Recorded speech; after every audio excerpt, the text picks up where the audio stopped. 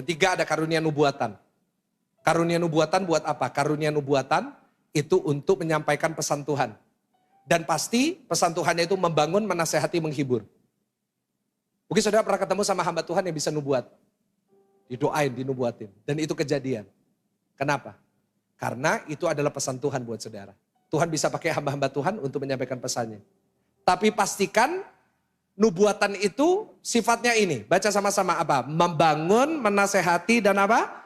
Ulangin sama-sama 1, 2, 3 apa? Membangun, menasehati. Kalau enggak itu bukan dari Tuhan. Karena sampai sekarang masih banyak nabi palsu. Satu hari saya pernah didatengin sama pendoa. Pendoa ini bilang, Pastor Michael, saya dapat pesan Tuhan buat Pastor Michael. Tuhan berpesan, Pastor Michael gak akan pernah punya anak, Pastor Michael mandul seumur hidup.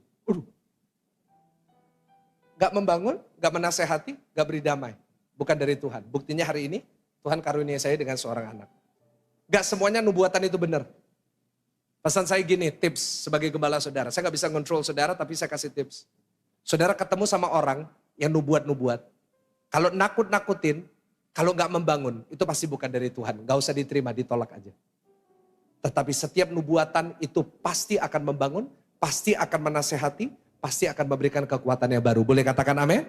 Nah, Pak, hari ini yang dipakai mana? Nah, bahasa roh yang bahasa lain udah gak perlu lagi. Kenapa? Sekarang sudah ada Google Translate. Sudah ada Chat GPT, benar. Udah ada. Jadi Injil udah diterjemahkan ke semua bahasa yang lain. Jadi kita mau nginjil, ada ini. Jadi udah gak perlu. Penafsiran lagi udah gak perlu. Karena udah selesai.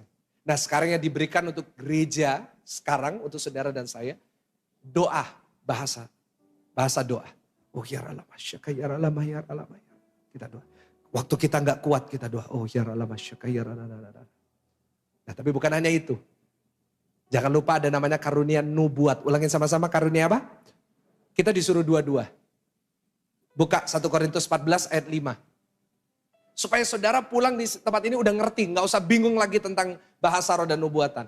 Baca dengan suara keras. 1, 2, 3. Aku suka supaya kamu semua berkata-kata dengan apa Bapak Ibu?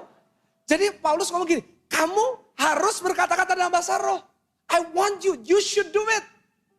Tapi lanjut, tetapi lebih daripada itu supaya kamu apa? Bernubuat. Kalau gak bisa bahasa roh gak apa-apa.